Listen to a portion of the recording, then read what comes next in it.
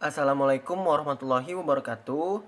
Halo, perkenalkan nama saya Hamdan Fauzi. Saya dari kelas 12 IPA 2. Saya di sini akan menjelaskan atau memaparkan tentang pembuatan atau eksperimen pembuatan sabun. Percobaan ini guna untuk memenuhi nilai ujian praktik mata pelajaran kimia kelas 12.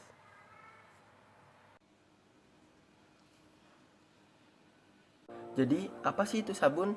Nah, jadi sabun itu adalah yang biasa dimanfaatkan atau digunakan untuk menghilangkan kotoran yang terbuat dari bahan alkali dan juga campuran gliserida dari lemak.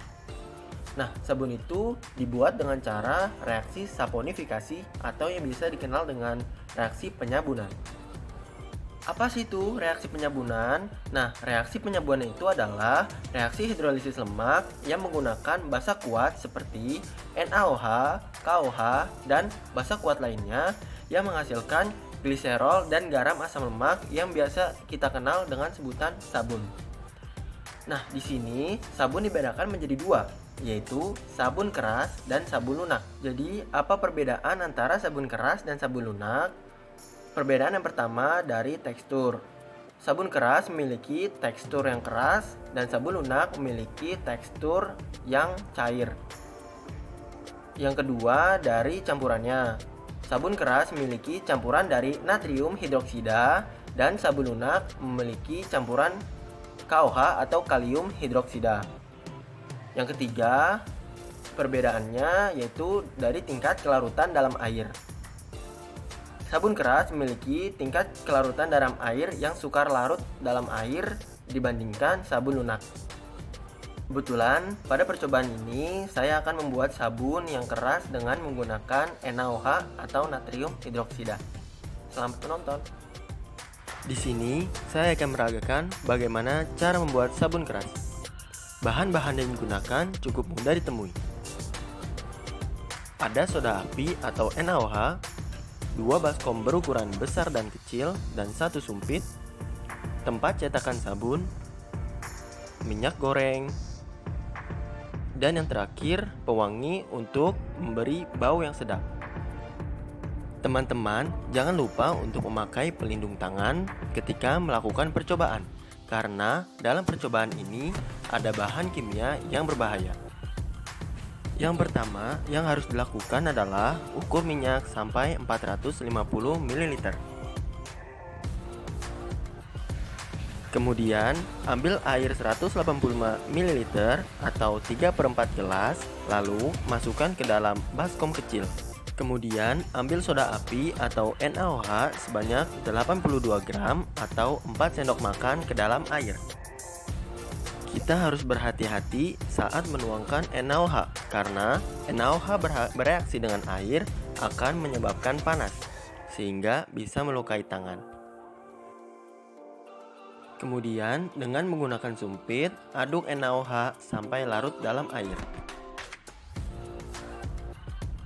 Jika sudah larut, masukkan minyak ke dalam larutan NaOH. Kemudian kita bisa menambahkan pewangi untuk menambah aroma. Jika semua bahan sudah jadi satu, kemudian aduk larutan sampai homogen.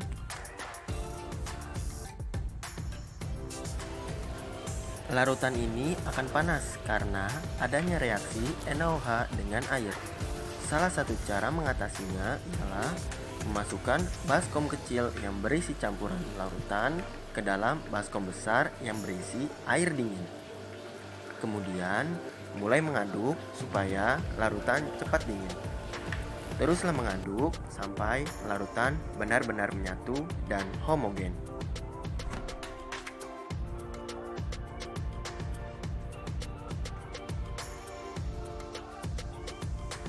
Jika larutan sudah homogen, langkah selanjutnya ialah masukkan larutan itu ke dalam cetakan. Kemudian, diamkan sabun selama 1-2 hari, tunggu mengeras.